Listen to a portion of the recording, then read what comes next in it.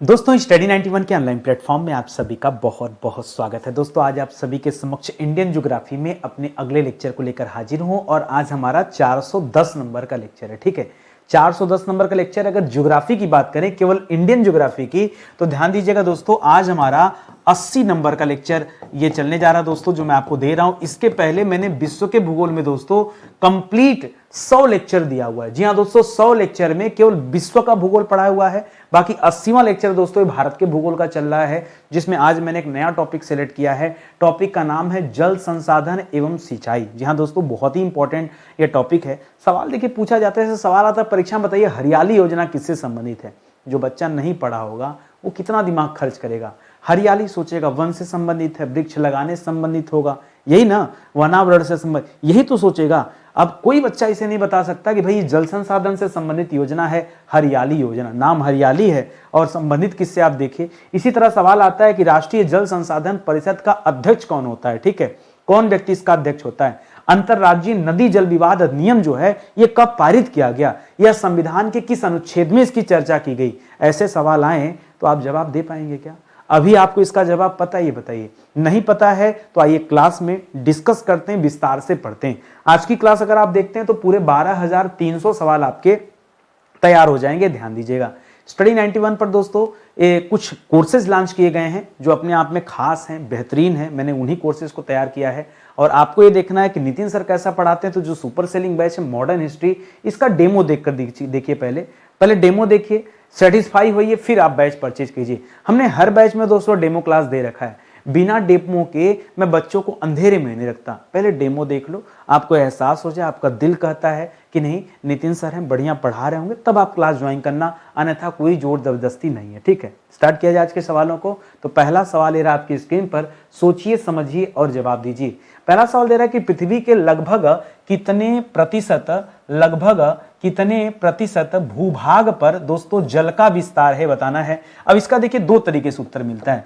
कभी कभी दोस्तों उत्तर मिलेगा जो एग्जैक्ट है वो तो है दोस्तों 71%। कितना है दोस्तों, अगर एग्जैक्ट की बात करेंगे तो 71%। या कभी कभी दोस्तों बटे में जब ये ऑप्शन देता है ना, तब कह देता है दोस्तों कि 3/4 हिस्से में दोस्तों जल है, ऐसा भी दोस्तों लिख देता है। तो इसलिए आप ये दोनों बातें ध्यान में रखेंगे। और एक बात अलग से आपको बता दूं, अगर मैं बात करूं दोस्तों कि संपूर्ण जल का, ठीक है, जो संपूर्ण जल है, ठीक है, संपूर्ण जल का, ठीक है, याद रखेंगे 97% भाग क्या है दोस्तों, 97% भाग ये खारा जल है। ठीक है, ये जितना जल धरती पे आप देख रहे हैं, जो 71% की आप बात कर रहे हैं कि सर बहुत पानी होगा, 71% पानी है तो अरे इसी 71% में 5 बड़े महासागर हैं यार, भूल गए क्या? अरे प्रशांत महासागर, अटलांटिक महासागर, हिंद महासागर, आर्कटिक महासागर, अंटार्कटिक महासागर, ये जो आप महासागर देख रहे हैं इसका जल तो इसी 71% में है। लेकिन सबसे ज्यादा 97% जो हिस्सा दोस्तों ये खारा पानी है। हम तो इसका उपभोग भी नहीं कर सकते, ये हमारे किसी काम का नहीं है कि नहीं? इस तथ्य को आप याद रखेंगे। अगले सवाल पर आइए, करा धरातली जल के 4 प्रमुख स्रोत कौन कौन से हैं? किस जल का दोस्तों? धरातली जल। इसका मतलब क्या हो गया? धरातली जल का मतलब हो गया धरातल पर पाए जाने वाले जल। ठीक है, जो जल दोस्तों धरातल पर स्थित है, ठीक है, हम उसकी बात कर रहे हैं। ठीक है, जिसको आप देख सकते हैं, छू सकते हैं। तो इसमें सबसे पहले दोस्तों आप याद रखिएगा ग्लेशियर आप बोल सकते हैं। ठीक है, सबसे पहले आप ग्लेशियर कर सकते हैं। ठीक है, ये आप जल देख रहे हैं। दूसरा दोस्तों नदियों का जल हो गया। ठीक है, दूसरा नदियों का जल हो गया। तीसरे नंबर पे दोस्तों झीलों का जल हो गया, जो जल झील में है। ठीक है, झीलों का जल हो गया। और चौथा हो गया दोस्तों तालाब का जल। ठीक है, तालाब में पाए जाने वाला पानी। ठीक है, तो इसको याद रखेंगे। ये आप के लिए बढ़िया सवाल है, इसको ध्यान में रखेंगे। अच्छा, यहीं पे दोस्तों एक सवाल और रखिए कि सर 97% तो खारा पानी हो गया, उसका यूज तो हम कर नहीं पाएंगे, बाकी बचा हुआ पानी वो इन जगह पाया जाता है, हम लोग इसको भी बर्बाद करने में लगे हैं। आप यहां अगर ग्लेशियर को हटा दीजिए तो नदियों को दूषित करने में क्या कम योगदान है मनुष्यों का? आप बताइए, नदियों को दूषित किसने किया है? मनुष्य ने तो दूषित किया है। आपको किसी झील का पानी दे दिया जाए, पिएंगे? झील का पानी साफ है? पक्का बताइएगा सोच समझ के। झील का पानी साफ है? किसी तालाब का पानी आपको दे दिया जाए, पी लेंगे? ठीक है, यानी ये जो पानी है दोस्तों ग्लेशियर भी दूषित हो गया होता, वो तो केवल इसलिए बचा है कि बहुत ज्यादा ऊंचाई पे है, इसलिए दोस्तों सेफ है। और वरना आजकल जो टूरिज्म बढ़ रहा है आने वाले 10-20 साल में भी खराब हो जाएगा, ठीक है। तो पीने का पानी अगर हम बात करें कि पीने का पानी दोस्तों कितना है, शुद्ध पीने लायक पानी, तो आप विश्वास कीजिए दोस्तों, जो पीने योग्य जल है, ठीक है, यही लिख दूं क्या बीच में, अलग पेन से लिख देता हूं, ठीक है, सुनिएगा, जो पीने योग्य जल है, ठीक है, पीने योग्य जो जल है दोस्तों, इसकी मात्रा है मात्र 2.5 से लेकर के 2.7% तक। कितना दोस्तों, 2.5 से लेकर के कितना दोस्तों, 2.7%। आप कल्पना कर लो, ठीक है, 2.5 से लेकर के 2.75%, ठीक है, ये दोस्तों पीने योग्य पानी बचा है। और वो पीने योग्य पानी दोस्तों ये हर जगह पे बटा हुआ है, ठीक है। सोचो हमने बचाया क्या आज तक। आगे देखिए, करा भारत का लगभग 50% से ज्यादा जो सिंचित क्षेत्र है, यह किन राज्यों के अंतर्गत आता है? सबसे ज्यादा सिंचाई दोस्तों कहां होता है? ऐसे 3 राज्य आप बताइए। तो लिखिएगा, सबसे ज्यादा सिंचाई होता है दोस्तों उत्तर प्रदेश में, नंबर 1 पर, ठीक है, खेती इतना ज्यादा होती है, ठीक है। नंबर 2 पर सिंचाई होता है पंजाब में, तभी तो दोस्तों प्रति हेक्टेयर उत्पादन के मामले में चाहे गेहूं हो चाहे धान हो, इन सब में दोस्तों आगे है। और तीसरे नंबर पे दोस्तों आप तमिलनाडु कर दीजिए, दक्षिण भारत में, ठीक है, तमिलनाडु, यहां भी दोस्तों सिंचाई बहुत ज्यादा हो। ये 3 अगर ले लीजिए तो 50% से ज्यादा जो सिंचित क्षेत्र है वो इन 3 राज्यों के अंतर्गत ही आ जाता है, ये आप याद रखेंगे, ठीक है। अच्छा, एक कुछ अलग सवाल, हर सवाल में कुछ अलग बातें आपको बताते चल रहा हूं, क्योंकि बहुत सारे सवाल ऐसे हैं जो यहां पर मैं प्रश्न बना नहीं पाया हूं, इसीलिए आपको अलग अलग एक फैक्ट देना पड़ रहा है, ठीक है। 97% तो खारा पानी कर दिया, हमारे किसी काम का नहीं बचा। कितना दोस्तों, 3%। हमने कहा वो 3% दोस्तों बटा हुआ है अलग अलग जगह पे, और भी इसमें और भी जगह है, जैसे ग्लेशियर है, झील है, नदी है, तालाब है। पृथ्वी के भूगर्भ के अंदर, धरती के अंदर जो हैंडपंप लगा के, मोटर लगा के, समरसेबल लगा के आप बाहर निकालते हैं ट्यूबवेल से बोरिंग करके, वो वाला पानी भी तो है, वो तो इसमें लिखा नहीं मैं, ठीक है। तो इस तरह से दोस्तों बटे हुए पानी, ठीक है, इसको याद रखेंगे। अब इसमें से जो पीने योग्य जल है वो 3% भी नहीं है। हमें यहाँ का डिफरेंस दोस्तों 3% दिख जरूर रहा है, लेकिन दोस्तों हमने क्या पढ़ा, 2.5 से लेकर 2.5 से लेकर 2.75% तक दोस्तों ही ये क्या है दोस्तों, यहाँ जो पीने योग्य जल है केवल ये मौजूद है। अगर मैं दोस्तों यहां आपसे पूछूं कि आप मुझे बताइए कितना जल दोस्तों ग्लेशियर में मौजूद है, ठीक है, ध्यान दीजिएगा मेरा सवाल क्या है। मैं आपसे कहूं दोस्तों ग्लेशियर में मौजूद जल, ठीक है, मौजूद जल, ठीक है, ग्लेशियर में दोस्तों कितना हिस्सा दोस्तों ये ग्लेशियर में मौजूद है? अगर ये सवाल बने तब क्या आप जवाब दे पाएंगे क्या? तो याद रखेगा दोस्तों 1.75 से लेकर लगभग 2% दोस्तों ये ग्लेशियर में मौजूद है। जो बचा हुआ इतना बताया आपने ना पीने योग्य पानी, तो इसमें से दोस्तों आप समझिए 2.5 में से 2% दोस्तों ग्लेशियर में चला गया, 1.75 से लेके 2% तक दोस्तों ग्लेशियर में चला गया। बचता कितना है? बाकी का बचा हुआ हिस्सा दोस्तों ये अलग अलग नदियों में, झील में, तालाब में, इस जगह बटा हुआ है, बाकी भूगर्भ में बचा हुआ है, ठीक है। तो इसको आप याद रखेंगे। ये मोटा मैं जो आपको आंकड़ा देते चल रहा हूं ना, इसको आप जरूर याद रखेगा, परीक्षा में ये सारे सवाल पूछे जाते हैं, ठीक है। आगे आ जाइए, अगले सवाल पर आते हैं।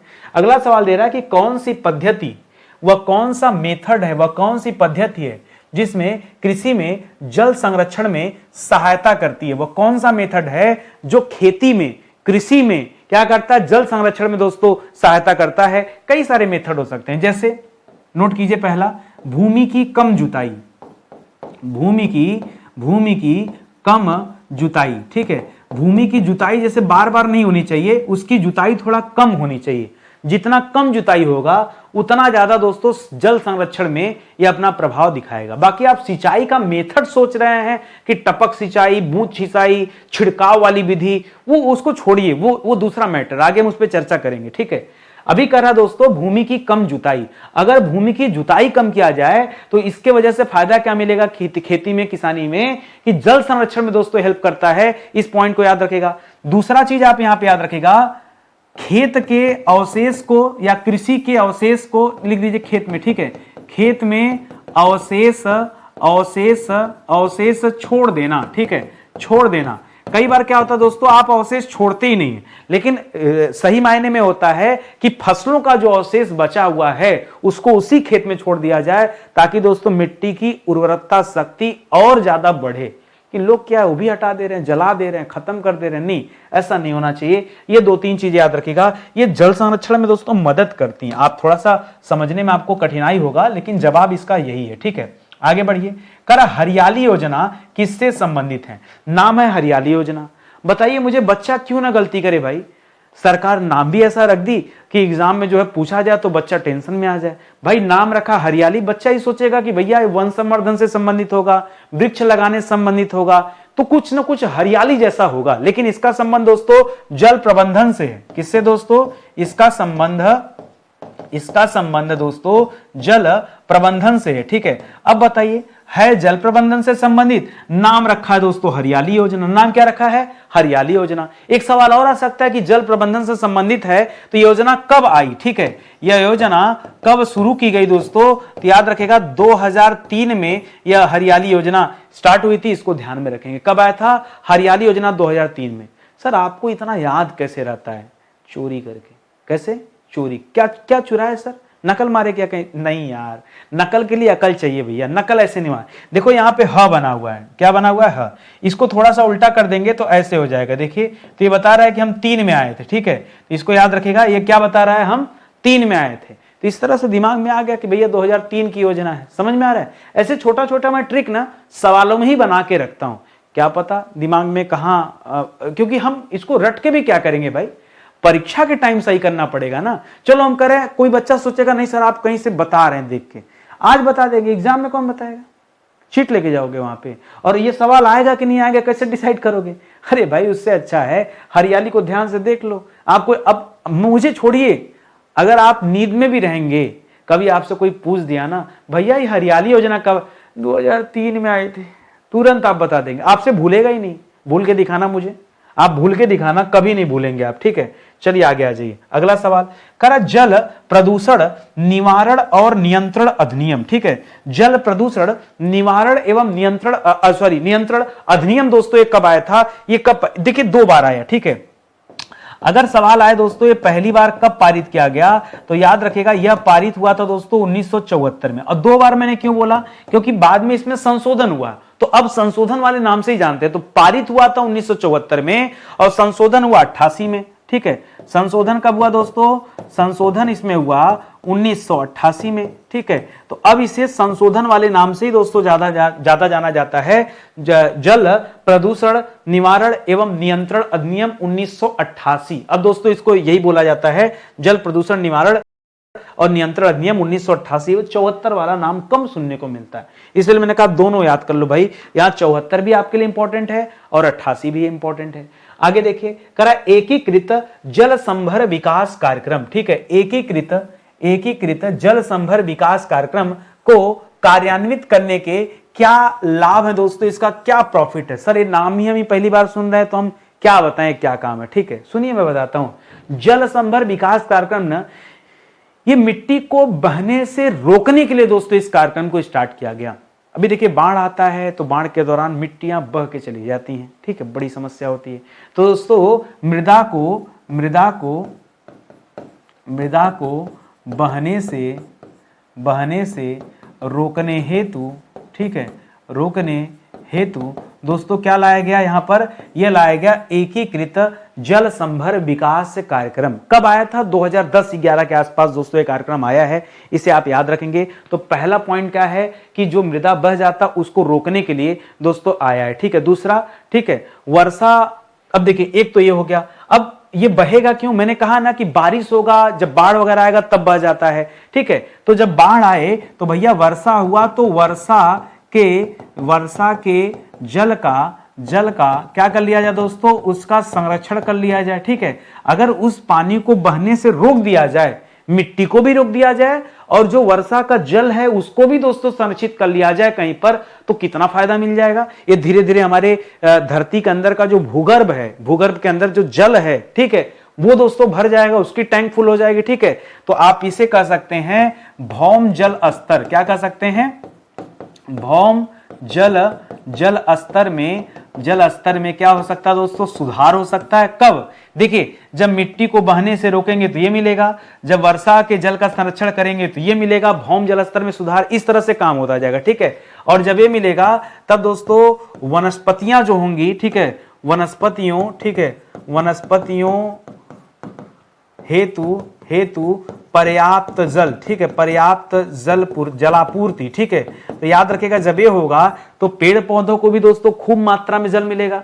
भाई ऊपर से वर्षा तो ठीक है, नहीं वर्षा तो जड़िया से दोस्तों पनिया जमीन से ले लेंगे, ठीक है, कुल मिला जुला के मिलता रहेगा। तो यही जो कार्यक्रम है, यही एकीकृत जल संभर विकास कार्यक्रम दोस्तों इसी को कहा गया। ये तथ्य आप याद रखेंगे। अगला सवाल, कर वार्षिक वाही जल में, ध्यान दीजिएगा, वार्षिक वाही जल में कौन सी नदी बेसिन सर्वोपरि है, ठीक है। वार्षिक वाही जल मैंने कठिन दे दिया ना, वार्षिक वाही, अरे कुछ कठिन नहीं भाई, वाही जल मतलब बहने वाला जल, ठीक है, बहने वाला जल। आपसे ये पूछ रहा है वह कौन सी नदी बेसिन है जिसमें सबसे ज्यादा पानी बहता है, खाली बहता है। अब बच्चा सोचेगा भारत की सबसे बड़ी नदी गंगा है, तो गंगा है नहीं, और दिमाग लगाओ, गोदावरी है नहीं, कृष्णा है नहीं, कावेरी होगी नहीं,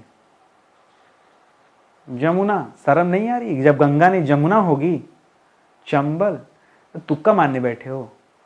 सिंधु नदी घाटी है क्या, घाटी, अरे मतलब सिंधु नदी वो तो 5 नदियों को लेके जाती है ना, वो भी नहीं। ब्रह्मपुत्र नदी बेसिन है। अगर आप जल की बात करेंगे, वार्षिक जलवाही की बात करेंगे, वाही जल की बात करेंगे, पूरे वर्ष में बहने वाले जल की बात करेंगे, तो सबसे बड़ा जो नदी बेसिन है ये ब्रह्मपुत्र नदी बेसिन है।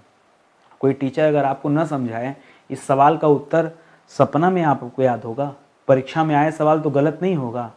बच्चे के दिमाग में तो यही गंगा और गोदावरी, कृष्णा, कावेरी, बस वही चलता है उसका दिमाग, ब्रह्मपुत्र पे दिमाग जाता नहीं है, ठीक है। लेकिन याद रखिएगा यहाँ आपका जवाब क्या होगा दोस्तों, यहाँ जवाब होगा ब्रह्मपुत्र नदी बेसिन। क्या होगा दोस्तों, ब्रह्मपुत्र नदी बेसिन। ये आपका दोस्तों इस सवाल का सही उत्तर होगा, इसको अपने दिमाग में याद रखेंगे, ठीक है। अच्छा, पीछे हमने एक सवाल वहां बता रहा था कि ग्लेशियर में दोस्तों 1.75 से लेके 2% तक जल मिला था ना, और नदी झील में कितना है बताऊंगा तो शर्म आ जाएगा आपको, मैं बताऊं, सुनिए। नदी और झील में दोस्तों जो जल का प्रतिशत है, ठीक है, नदी प्लस झील में पाया जाने वाला जल, ठीक है, पाया जाने वाला जल, ठीक है, पता कितना है, 0.01%। कितना दोस्तों, 0.0, ये मतलब कुछ भी नहीं है, ठीक है, इससे भी कम, इतना भी ज्यादा लिख दिया हूं, इससे भी कम दोस्तों पानी ये नदी। सर इतनी नदी में इतना पानी, ये सब दोस्तों धरती पर पाए जाने वाले जल का 0.01% भी नहीं है, उससे भी कम है। हाँ, आंकड़ा तो ही कहता है, आंकड़ा ही कहता है, ठीक है। जितनी नदी है, जितना भौकाल हम लोग यहाँ देख रहे हैं, सोचो 0.01 से कम है ये भौकाल, ठीक है। आगे देखिए, उपयोग योग्य जल और भंडारण की दृष्टि से कौन सी नदी बेसिन प्रथम स्थान पे है। जब आपसे उपयोग योग पूछे और भंडारण पूछे तब आप बताइए दोस्तों गंगा नदी बेसिन, ठीक है, गंगा नदी बेसिन, ठीक है। तब आप इसे बताइएगा, दोनों में अंतर है। वार्षिक वाही जल पूछेगा तो ब्रह्मपुत्र का नाम दीजिएगा, उपयोग योग्य जल पूछेगा तब दोस्तों गंगा का नाम लीजिएगा, ठीक है। इसको आप ध्यान देंगे। अगला सवाल देखिए, कर समस्त प्रयुक्त जल का अधिकतम कितना प्रतिशत व्यय जो दोस्तों कृषि क्षेत्र में होता है, करा कि जितना जल है उसका मैक्सिमम कितना यूज सर ये कृषि क्षेत्र में होता है। तो दोस्तों मैं आपको बताऊं, किसी किताब में 80% दिया है, किसी किताब में 82% दिया है, किसी किताब में 83% दिया है, किसी किताब में 85% दिया है, किसी किताब में 90% दिया है, और कई किताब है जहां 70% भी दे दिया है, ठीक है। इतना आंकड़ा है। तो मैं क्या कहता हूं ना, इसको ऐसे याद कर लो, ठीक है, 70 से 90%, ठीक है, 70 से 90% जो जल है दोस्तों ये केवल सिंचाई में हम लोग यूज कर लेते हैं। किसमें दोस्तों, सिंचाई में क्या कर लेते हैं दोस्तों, यूज कर। इतना पानी सर, हाँ, पीने में कहां पानी पीते भाई, कितना लीटर पानी पीते बताइए। आपके नहाने धोने और नित्य कर्म में दोस्तों उतना पानी लगता है जितना पानी खेतों को सींचने में चला जाता है। जितना पानी है ना उसका 70 से 90% आंकड़ा इसी के बीच में होगा। मेरी मजबूरी बताना यार, आप सोच रहे होंगे क्यों, आप गूगल करके देख लो, आपको अगर इसमें से सारा ऑप्शन न मिल गया तो बताना। मैं भी हैरान था, मुझे भी इच्छा हो रही थी भाई एक जवाब हो जाए, 5-5, 6-6 जवाब बच्चा कैसे याद करेगा। एक्चुअली मैंने देखा ना, फिर उसके पीछे कारण था। कुछ वेबसाइट वाले 2017 में बताएं, कुछ 18 में, कुछ 19 में, कुछ 20 में, कुछ 22 में, कुछ 24 में, कुछ 25 में, ठीक है। तो सबका आंकड़ा अलग अलग है और हर समय दोस्तों वर्षा की मात्रा अलग अलग होती है। वर्षा अगर पर्याप्त हो गई तो सिंचाई के लिए कम यूज करना पड़ेगा, वर्षा नहीं हुआ सिंचाई के लिए बढ़ जाएगा, होता है कि नहीं। तो ये चीजें याद रखिएगा, इसीलिए दोस्तों मोटी मोटा 70 से 90 याद कर लीजिए, ज्यादा सही हो जाएगा, ये दिमाग में रखिएगा, ठीक है। अच्छा, मैं आपसे पूछूं कि इस धरती के अंदर जो पानी मिलता है वो कितना % है, सुनिएगा ध्यान से, ठीक है। मैं कहूं भौम जल जो है दोस्तों, भौम जल, ठीक है, भौम जल कितना है दोस्तों, तो याद रखिएगा 0.05, ठीक है। जैसे आपने वहां 0.01 पढ़ा ना, यहां 0.05 मत कीजिए, 0.5 कीजिए खाली, आधा % इसको बोलते हैं, ठीक है। 0.5% से लेकर के 0.8% तक दोस्तों ये भौम जल पाया जाता है। कितना दोस्तों, 0.5 से 0.8% तक जो हिस्सा है ये भौम जल का हिस्सा जो जमीन के अंदर है, इसको मोटर समरसेबल से आप बाहर निकालते हैं, ठीक है, ये वाला हिस्सा है, इसको भी लगे हाथ पढ़ लीजिएगा। अगला सवाल करा, भारत में राष्ट्रीय जल संसाधन परिषद, ठीक है, जल संसाधन परिषद का दोस्तों अध्यक्ष कौन होता है, तो याद रखिएगा इसका अध्यक्ष होते हैं दोस्तों प्रधानमंत्री। कौन होता है दोस्तों, प्रधानमंत्री। अरे सर, प्रधानमंत्री जी कंट्रोल करते हैं, जी हाँ। राष्ट्रीय जल संसाधन परिषद का अध्यक्ष दोस्तों कौन होता है, तो प्रधानमंत्री होता है। कब अच्छा इसकी स्थापना किया गया था, अगर सवाल आए कि इसकी स्थापना कब हुई थी दोस्तों, तो याद रखिएगा इसका स्थापना हुआ था 1983 में। कब हुआ था दोस्तों, 1983 ईस्वी में राष्ट्रीय जल संसाधन परिषद की स्थापना दोस्तों किया गया था 1983 में। अच्छा, एक सवाल और पूछे, ये इसे संवैधानिक कहा जाता है क्योंकि इसका उल्लेख हमारे संविधान में। अब सवाल आता है कि संविधान के किस अनुच्छेद के तहत दोस्तों इसका उल्लेख मिलता है, अगर ये पूछे तो क्या बताएंगे, तो नोट कीजिएगा दोस्तों, नोट कीजिएगा, इसका यही लिख दूं, ठीक है। इसके बारे में अनुच्छेद 279A बताता है। कौन बताता है दोस्तों, अनुच्छेद 279A, ठीक है, 279, ठीक है, 79A के अंतर्गत दोस्तों ये राष्ट्रीय जल संसाधन परिषद के बारे में बताया गया है, आप चाहें तो पढ़ लीजिए, ठीक है। अगला सवाल देखिए, करा अंतरराज्यीय नदी जल विवाद अधिनियम, ये दोस्तों अधिनियम कब पारित हुआ, अंतरराज्यीय, दो राज्यों के बीच नदियों के जल को लेकर दोस्तों बहुत बार विवाद होता था, इसलिए दोस्तों यहां परिषद बनाया गया है। यह परिषद दोस्तों कब बना है, तो याद रखिएगा यह परिषद बना है 1956 ईस्वी में। कब आया है यह विवाद अधिनियम, 1956 अधिनियम आया है। और इसके लिए दोस्तों अनुच्छेद कौन सा है, ठीक है, अनुच्छेद कौन सा है, 262, यही है ना भैया, 262 है, ठीक है। इसके लिए अनुच्छेद 262, इसको आप ध्यान रखेंगे। एक चीज और याद रखिएगा, सिंधु जल समझौता खूब परीक्षा में पूछा जाता है। क्या पूछा जाता है, सिंधु नदी जल समझौता, ठीक है, सिंधु नदी जल समझौता। ये दोस्तों कब हुआ था, ये 1960 में आया था ना, कब आया था सिंधु नदी जल समझौता, कब किया गया था, पाकिस्तान और भारत के बीच में, ये 1960 में हुआ था दोस्तों, ये आप याद रखेंगे, परीक्षा में पूछा जाता है 1960, आप ध्यान देंगे, ठीक है। चलिए और आगे बढ़ जाइए, करा भू जल न्यूज, भू जल न्यूज नाम की एक त्रैमासिक परीक्षा है, पत्रिका है, परीक्षा कह रहा हूं, ठीक है। करा यह किस संस्था द्वारा दोस्तों प्रकाशित किया जाता है, जो पत्रिका है इसको कौन लॉन्च करता है, अरे जो नाम लिखा वही लॉन्च करता है, केंद्रीय भू जल बोर्ड के द्वारा दोस्तों यह लॉन्च किया जाता है। किसके द्वारा, केंद्रीय भू जल बोर्ड, ठीक है, केंद्रीय भूजल बोर्ड के द्वारा दोस्तों इसे लॉन्च किया जाता है, तो ये आप याद रखेंगे। अगला सवाल देखिए, कह रहा यूनेस्को की रिपोर्ट के अनुसार, बताइए क्या रिपोर्ट भैया, कह रहा पृथ्वी पर पाए जाने वाले कुल जल, पृथ्वी पर पाए जाने वाले कुल जल, और कितना पृथ्वी पर कुल जल पाया जाता है, हम तो जानते हैं 71% पाया जाता है, यही ना भैया, कुल जल का कितना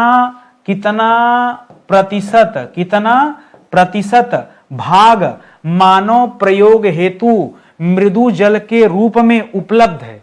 मृदु जल माते जानते हैं, देखिए हमने तो पढ़ा दोस्तों जो खारा पानी है, ठीक है, जो खारा पानी है वो कितना दोस्तों 97% खारा पानी है, और जो पीने योग्य पानी है वो हमने पढ़ा है 2.5% से 2.5 से लेकर के 2.75% तक, यही तो आंकड़ा है। तो ये आंकड़ा दोस्तों पीने योग्य जल का हो गया, तो इस तरह से याद रखेंगे, ठीक है, पीने योग्य, और इसमें से एकदम क्योंकि ये पीने योग्य जरूर है, आप इसे पीने योग्य मत बोलिए, ये पीने योग्य मत कहिए, ये दोस्तों धरातली जल, ये जो है धरातली जल है, ठीक है, ये आप इसे इस मामले में याद रखिए, धरातली जल, ठीक है, ये धरातली जल के तौर पर इसे आप याद रखिए 2.5% से लेकर 2.75। क्यों बता रहा हूं? क्योंकि मैंने आपसे पूछा ना, नदी का जल पिएंगे आप, ये बताइए यस नो। किसी झील का, किसी तालाब का, आपके घर के आसपास तालाब होगा ना, उसका पानी पिएंगे? गिलास में भर के दूं पिएंगे? नहीं सर। तो क्यों नाम ले रहे हैं? अब बात आती कि पीने वाला पानी कितना है, 0.6% ओनली। केवल जो हमारे पीने योग्य पानी है वर्तमान में वो 0.6% ही दोस्तों मृदु जल है, एकदम साफ सुथरा, जिसको गिलास में दिया जाए सर पी जाइए घट से। वो जल कितना दोस्तों? सिर्फ और सिर्फ कितना? 0.6%। तो बहुत सारे डेटा हैं, आप आराम आराम से कॉपी पे नोट कीजिए। और मैं कह रहा हूं नोट करना छोड़िए, कोचिंग किए हुए थे ना आप, कहीं पढ़े थे ना, पैसा बहुत खर्चा किए होंगे, बहुत जगह कोचिंग किए होंगे, क्लास में ज्योग्राफी भी पढ़ाया गया होगा, ये चैप्टर नहीं पढ़ाया गया क्या? ये चैप्टर नहीं पढ़ाया गया तो मास्टर साहब से पूछिए भैया क्यों नहीं पढ़ाए? इंडियन ज्योग्राफी में ये जल संसाधन का चैप्टर में आपने क्यों नहीं पढ़ाया? पूछिए उनसे, पैसा जमा किए हैं या कहीं पढ़ रहे हो तो बिना पढ़े जो हटिएगा मत वहां से, नहीं पढ़ाइए गुरुदेव आप, ठीक है? हम तो फ्री में पढ़ाने में लगे हैं, आप कम से कम पैसा दिए हैं तो पढ़ लीजिए उनसे। आगे देखिए, कह रहा भूमिगत जल का उपयोग उच्चतम प्रतिशत, भूमिगत जल के उपयोग का उच्चतम प्रतिशत दोस्तों किस राज्य में पाए? सबसे ज्यादा भूमिगत जल का यूज दोस्तों कहां किया जाता है? अब देखिए कैसे पता करेंगे सर भूमिगत? बहुत आसान है, रटने वाली बात ही नहीं। भूमिगत मतलब पानी के भीतर, पानी के भीतर का पानी सबसे ज्यादा कौन यूज करता है? सर ऐसा तो नहीं कि दिल्ली में बड़ी बड़ी बिल्डिंग है, उनको बहुत वहां जनसंख्या, उनको पानी चाहिए। अरे महाराज, थोड़ी देर पहले मैंने आपसे कहा कि जनसंख्या से ज्यादा पानी खेतवा पी जाते हैं, 70 से 90%। भूल गए हैं? तो काहे बंबई, दिल्ली, कलकत्ता और बेंगलोर का जान लेने में लगे आप? हाँ सर, ये बात तो सही है आपकी। अब देखिए, अब जवाब क्या होगा इसका? मतलब सर खेती वाली बात है, तो खेती तो सर यूपी, बिहार, पंजाब, तमिलनाडु ना, बिहार का ही नाम लिए, शुरू में आपको बताया था ना, उत्तर प्रदेश, पंजाब, तमिलनाडु। और उसमें भी दोस्तों सबसे ज्यादा सिंचाई पर जो काम होता है वो पंजाब में होता है, ठीक है? पंजाब में भाई किसान आंदोलन होता है, सबसे ज्यादा किसान कहाँ के देखने को मिलते हैं? हाँ सर, पंजाब वाले मिलते हैं, ठीक है? तब उससे समझ में नहीं आ रहा है आपको? तो भूमिगत जल का सबसे ज्यादा यूज कौन करता है दोस्तों? पंजाब करता है। कौन करता है? पंजाब, ठीक है? देखिए, पढ़ना पढ़ाना अपनी जगह है, लेकिन बच्चों को चीजें याद होनी चाहिए, समझ में आना चाहिए कि सवाल पूछ क्या रहा है, उसका जवाब देना कैसे, ये सब समझ में आना चाहिए, ठीक है? ध्यान दीजिएगा, आप स्टडी 91 से जुड़िए। बहुत सारे विषय दोस्तों अब तक मैं पढ़ा चुका हूं। जैसे आज की क्लास देख रहे हैं ना, बड़ा मजा आ रहा है सर, तो और मजा लीजिए। कम मजा क्यों ले रहे हैं? पूरी एंशियंट, पूरा मिडावल, पूरा मॉडर्न पढ़ा दिया, मजा नहीं लेना आपको? संविधान पढ़ा दिया, मजा नहीं लेना आपको? विश्व का भूगोल पढ़ा दिया, मजा नहीं लेना आपको, ठीक है? और बहुत अच्छे से पढ़ाया। 45 लेक्चर में एंशियंट पढ़ाया, 46 से 91 में मिडावल पढ़ाया, 92 से 150 में मॉडर्न पढ़ाया, 151 से 230 तक में पॉलिटी पढ़ाया, 231 से लेकर 330 तक में वर्ल्ड ज्योग्राफी पढ़ाया, 331 से लेकर आज 410 तक आ गए। तो क्या ज्योग्राफी समाप्त हो गई? अभी नहीं समाप्त हुई ना, चली रही है ना। तो लिखा तो कभी स्टार्ट, बंद नहीं हुई है। तो अब इससे ज्यादा आपको क्या चाहिए? अगर आप हमारे साथ आएंगे तो ये विषय बहुत प्रेम से आपका कवर हो जाएगा, ठीक है? बहुत प्रेम से। तो पीछे के वीडियो दोस्तों आप जरूर देखिए, यही मैं आपसे निवेदन करना चाहता हूं। आगे आइए अगले सवाल पर। करा विश्व में होने वाली जलापूर्ति का लगभग कितना प्रतिशत भाग भूमिगत जल से दोस्तों प्राप्त किया जाता है? देखिए, भूमिगत जल वाला सवाल दे दिया हो कि कितना भूमिगत जल से प्राप्त किया जाता है, जितना पाया जाता है। पहले आप मुझे बताइए, कुल जल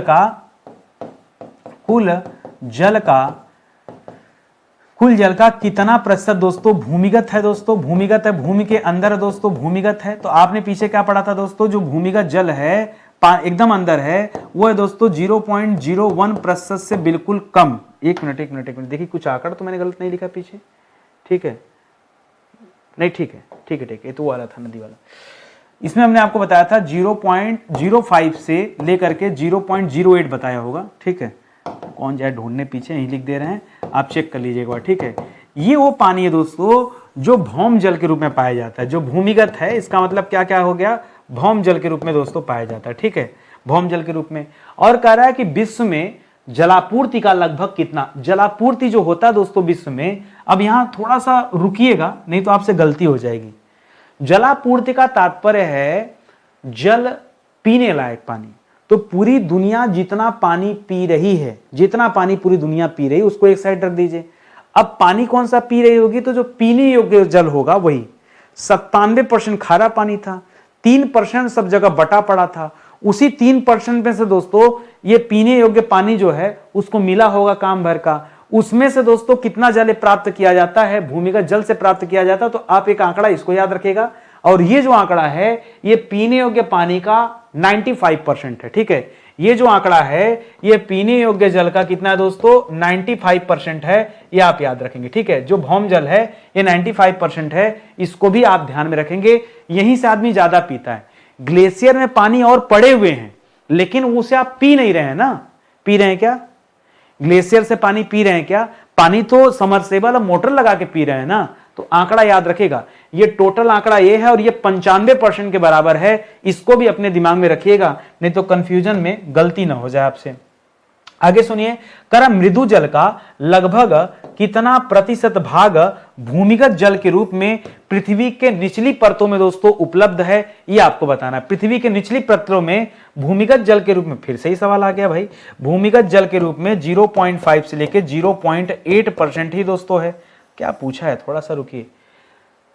ठीक है, तो मृदु जल का लगभग कितना प्रतिशत, ठीक है, भाग भूमिगत जल के रूप में पृथ्वी की निचली परतों में, पृथ्वी के निचले परत में दोस्तों ये भौम जल पाया जाता है। ठीक है, तो एक काम करिए ना, आप इसी 95 में से थोड़ा हिस्सा बढ़ा दीजिए, क्योंकि जो मृदु जल दे दिया, ठीक है, ये मृदु जल में दो चीजें आ गई।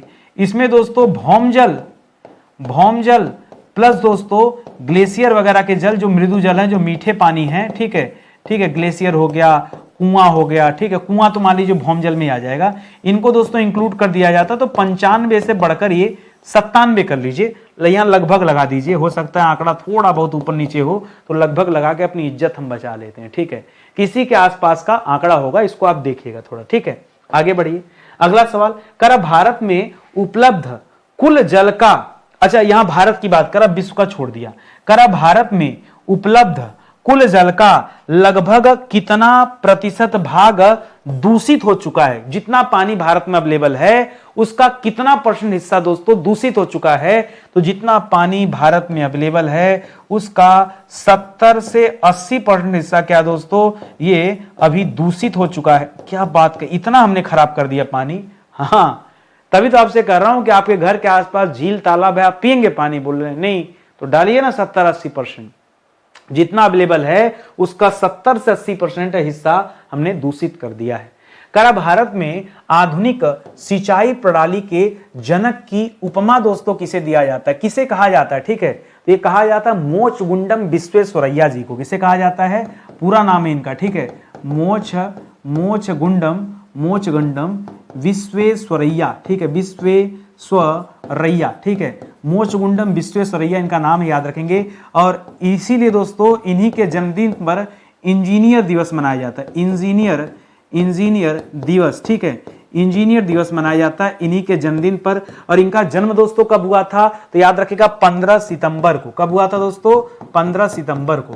कभी कभी इंजीनियर दिवस को दोस्तों लिख देता अभियंता दिवस, हिंदी में इसे क्या कहते हैं, अभियंता कहा जाता है। तो अभियंता दिवस भी दोस्तों दे सकता है, याद रखिएगा। ये मोचगुंडम विश्वेश्वरैया के जन्मदिन को ही मनाया जाता है, इसको आप ध्यान में रखेंगे। करा वृहत सिंचाई योजना के अंतर्गत कृषि योग्य क्षेत्र दोस्तों कितना आता है, कितने क्षेत्र हो तो उसे हम बृहत सिंचाई योग्य योजना के अंतर्गत रखते हैं दोस्तों। तो याद रखिएगा 10,000 हेक्टेयर से अधिक। ठीक है, 10,000 हेक्टेयर से अधिक का अगर क्षेत्र है दोस्तों, तब उसे हम कहां रखते हैं, तब इसे हम बृहत सिंचाई योजना के अंतर्गत रखते हैं। ठीक है, अगर यही सवाल दे दिया दोस्तों कि मध्यम सिंचाई के अंतर्गत दोस्तों किसे रखा जाता है, मध्यम सिंचाई योजना के अंतर्गत दोस्तों किसे रखा जाता है, तब दोस्तों आप बताइएगा 10,000 हेक्टेयर से कम। ठीक है, 10,000 हेक्टेयर से कम। ठीक है, हेक्टेयर से कम एवं 2,000 हेक्टेयर से अधिक। ठीक है, 2,000 हेक्टेयर से अधिक। ठीक है, हेक्टेयर से अधिक। ठीक है, कि 10,000 से कम हो और 2,000 से ज्यादा हो तब उसे मध्यम सिंचाई योजना के तहत रखा जाता है, और लघु सिंचाई योजना में 2,000 हेक्टेयर या उससे कम। ठीक है, याद रखेगा लघु वाले में क्या हो जाता है दोस्तों, तो 2,000 या उससे कम हेक्टेयर। ठीक है, उससे कम हेक्टेयर अगर किसी के पास है तो उसके लिए दोस्तों क्या आता है, उसे लघु सिंचाई योजना के तहत दोस्तों रखा जाता है। ये 3 मेथड होता है, तो तीनों को आप एक साथ याद रखिए, दिमाग में रखिए। ठीक है, कर भारत में सर्वाधिक सिंचित क्षेत्रफल, ठीक है, भारत में सर्वाधिक सिंचित क्षेत्रफल वाले राज्य दोस्तों कौन कौन से हैं, मैंने आपको पहले बताया। सबसे ज्यादा सिंचाई पंजाब में होती है, तो जवाब में क्या हो जाएगा दोस्तों, पंजाब हो जाएगा। ठीक है, तो आप यहां पे लिखिएगा, ठीक है, पंजाब कर लीजिए। उसके बाद दोस्तों क्या हो जाएगा, उत्तर प्रदेश कर सकते हैं सिंचाई के मामले में। ठीक है, और किसे रख सकते हैं दोस्तों, तमिलनाडु को रख सकते हैं, और राजस्थान में भी खूब सिंचाई होती है, आप घबराइएगा मत, पहले आप ये 3 रख लीजिए, बाकी राजस्थान आंध्रा उनको रखते रहिएगा अपने मन से। आगे आ जाइए दोस्तों, करा कुल क्षेत्रफल के प्रतिशत की दृष्टि से, ध्यान दीजिएगा, कुल क्षेत्रफल के प्रतिशत की दृष्टि से सर्वाधिक सिंचित राज्य क्रमशः दोस्तों कौन कौन से हैं। ठीक है, अगर आप कुल क्षेत्रफल की बात करेंगे, तो अगर आप क्षेत्रफल वाइज बात किए तो आंकड़ा थोड़ा दोस्तों चेंज हो जाएगा। ठीक है, जैसे यूपी अभी तक आगे था लेकिन अब पीछे हो जाएगा। क्यों दोस्तों, जनसंख्या भी यहां की बहुत ज्यादा है, और इस मामले में इनको भी पीछे करके हरियाणा नंबर 1 पे आ जाता है भाई। ठीक है, ध्यान दीजिएगा, हरियाणा नंबर 1 पे आ जाता है, पंजाब 2 नंबर पे, क्योंकि हरियाणा जितने बड़े बेल्ट में फैला है ना, उसमें खेती बहुत ज्यादा होता है, सिंचाई भी बहुत ज्यादा है, और वो एरिया वाइज पंजाब को पीछे छोड़ देता है। नहीं, मैं कुछ गलत बोल रहा हूं, पंजाब ही आगे रहेगा, क्योंकि पीछे छोड़ देता तो हमारा जवाब पंजाब ना होता, ठीक, हमारा जवाब फिर हरियाणा हो जाता।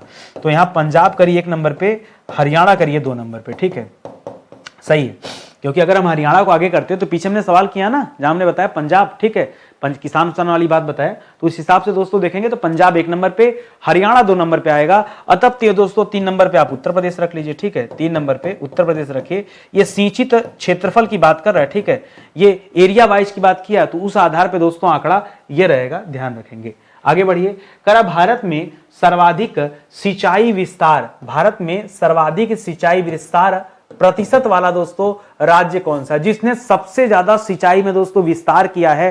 ठीक है, वो कौन है, तो सबसे ज्यादा विस्तार भी किया दोस्तों पंजाब ने। किसने किया दोस्तों, पंजाब ही दोस्तों जवाब होगा, जिसने सबसे ज्यादा सिंचाई विस्तार किया है। ठीक है, खेती ज्यादा होती है ना, इस वजह से दोस्तों जवाब ही आ रहा है। करा लघु सिंचाई योजना, ठीक है, लघु सिंचाई योजना के बारे में मैंने क्या आपको बताया था पीछे, मैंने कहा था 2000 या उससे कम हेक्टेयर। ठीक है, उससे कम हेक्टेयर का जो क्षेत्र होगा दोस्तों, ठीक है, जो क्षेत्र होगा वहां पे दोस्तों योजना लागू होती है। अभी आपसे पूछा है कि इसकी शुरुआत दोस्तों कब हुई थी। ठीक है, ये जो लघु सिंचाई योजना थी ये कब दोस्तों भारत में स्टार्ट हुआ, तो याद रखेगा ये 2006 में दोस्तों शुरू हुआ था। हरियाली योजना 2003 में, और ये आया था 2006 में। बाद में दोस्तों इसी योजना का नाम चेंज कर दिया गया 2010 में, लिखिएगा नोट करके। ठीक है, 2010 में नेम चेंज क्या हो गया दोस्तों, इसका नेम क्या कर दिया गया, बदल दिया गया, इसीलिए आप इसका नाम नहीं सुनते। अब इसे राष्ट्रीय लघु सिंचाई मिशन के रूप में जाना जाता है। क्या कहा जाता है, राष्ट्रीय लघु सिंचाई मिशन। ठीक है, सिंचाई मिशन के रूप में जाना जाता है। पहले इसी लघु सिंचाई मिशन को लघु सिंचाई योजना कहा जाता था, अब इसे लघु सिंचाई मिशन कहा जाता है, लेकिन उसके आगे एक शब्द लग गया है राष्ट्रीय। क्या लग गया है, राष्ट्रीय। करा सिंचाई की किस विधि से सर्वाधिक पानी की बचत होती दोस्तों, तो याद रखेगा इसे हम कहते हैं टपक मेथड। ठीक है, टपक या स्प्रिंग वाला मेथड होता है ना, जो ऐसे घूम घूम के पानी छिड़कता है। ठीक है, तो वाला मेथड दोस्तों क्या कहते हैं, उसे टपक सिंचाई विधि तो कहते हैं, कुछ और बोलते हैं क्या हो। ठीक है, इरिगेशन का कौन सा सिस्टम है, ये टपक सिंचाई विधि कहते हैं। अरे ऐसे लगा होता है, घूमता रहता है और पानी ऐसे निकलता रहता है। ठीक है, तो उससे क्या होता है कि सीधे पौधों को ही, सीधे फसलों को ही पानी मिलता है और पानी वेस्ट नहीं होता है, इसलिए दोस्तों सबसे ज्यादा पानी की बचत होती है। ठीक है, और आपने तो शुरू में पढ़ा कि सिंचाई में कितना पानी यूज होता था, 70 से 90% दोस्तों सीधा सीधा खाली सिंचाई में यूज हो जाता है ना। आगे देखिए, करा भारत में किस राज्य में प्रतिशत की दृष्टि से, ध्यान दीजिएगा, प्रतिशत की दृष्टि से सबसे कम सिंचित क्षेत्रफल पाया जाता दोस्तों। तो सबसे कम सिंचित क्षेत्रफल जो है ये सिक्किम में, कहां पर दोस्तों, सिक्किम में। और ऊपर से दोस्तों आप पढ़ते हैं कि सिक्किम जो है दोस्तों इसे जैविक राज्य घोषित किया गया। देखिए कितना अजीब विडंबना है। एक तो दोस्तों सिंचाई सबसे कम, हाँ आप सोचो दिमाग कैसे ना डिस्टर्ब हो, बच्चा क्या सोचेगा, वो तो दिमाग उसका फेल हो जाएगा। सोचेगा जवाब यह है कि प्रतिशत की दृष्टि से सबसे कम जो सिंचित क्षेत्रफल है वो सिक्किम का है। ठीक है, सिक्किम नहीं यार, सिक्किम नहीं, ये तो जैविक राज्य, इसका पड़ोसी है असम। ठीक है, असम गलती से निकला। ठीक है, और ये अलग से लिखेगा दोस्तों, सिक्किम अलग से लिखेगा। सिक्किम जो है इसे जैविक राज्य का दर्जा दिया गया। ठीक है, तो ये पड़ोसी दोनों, ठीक है, जैविक राज्य का दर्जा दिया गया। ठीक है, तो इसको याद रखेगा। असम की राजधानी दिसपुर है, सिक्किम की राजधानी गंगटोक है। सिक्किम में जैविक खेती बहुत ज्यादा होती है और 100% जैविक खेती वाला दोस्तों राज्य है।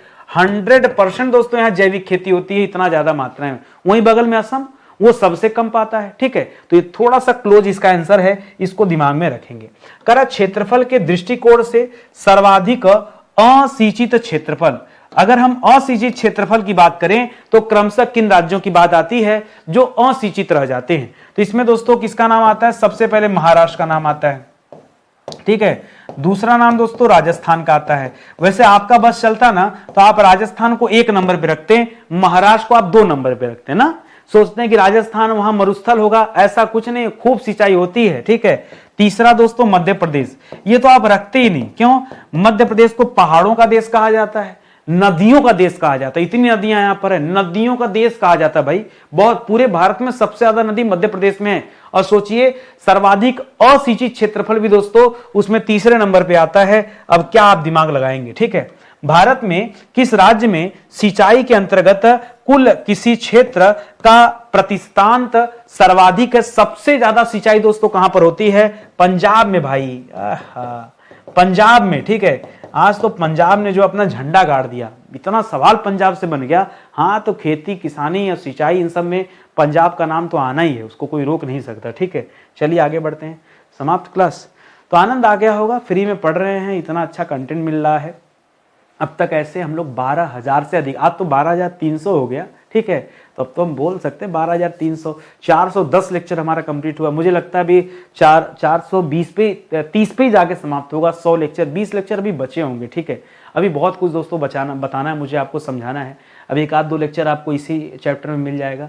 बहुत सारी कहानियाँ बची हैं तो उनसे संबंधित हम लोग चर्चाएँ करेंगे।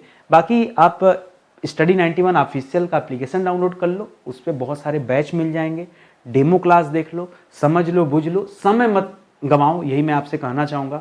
साथ में जुड़िए, तैयारी शुरू कीजिए। हमारे यहाँ पढ़ेंगे तो उसका सिर्फ एक फायदा होगा, मैं आपको बता दूं, एक विषय जीवन में सिर्फ एक बार पढ़ना पड़ेगा। परीक्षा चाहे आप जितनी दीजिए, कोई परीक्षा रुकेगी नहीं, लेकिन उस विषय में फिर आप महारत हासिल कर लेंगे।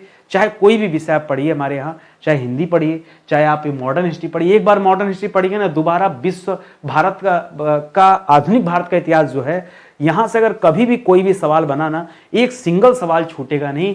पूरी चीजें स्टोरी की तरह, पिक्चर की तरह दोस्तों आपके दिमाग में बैठ जाएंगी। इतना बढ़िया से दोस्तों बैच पढ़ाया गया। ठीक है, तो मिलते हैं दोस्तों अगले लेक्चर में। तब तक के लिए बहुत बहुत धन्यवाद आप सभी का। जय हिंद, जय Bharat. Thank you so much.